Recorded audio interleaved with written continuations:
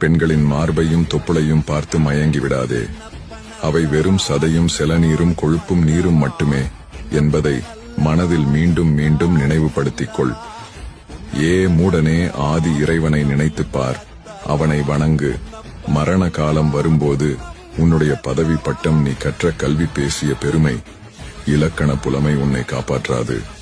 முட்டாளே, செல்வம் சேர்க்கும் தாகத்தை விட்டுவிடு. உன் மனதை நல்ல விஷயங்களில் ஈடுபடுத்து.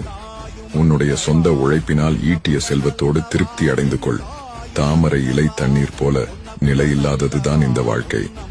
மனிதர்கள் எதை வேகமாக விரும்பி ஏற்கிறார்களோ அதே வேகத்தோடு அதை வீசியும் எறிகிறார்கள். ஆகாயத்தில் எப்படி மின்னல் தோன்றி மறைகிறதோ அப்படி இன்பமும் துன்பமும் மாறி மாறி தோன்றி ஒன்றி ஒன்று அழித்துக் கொள்ளும்.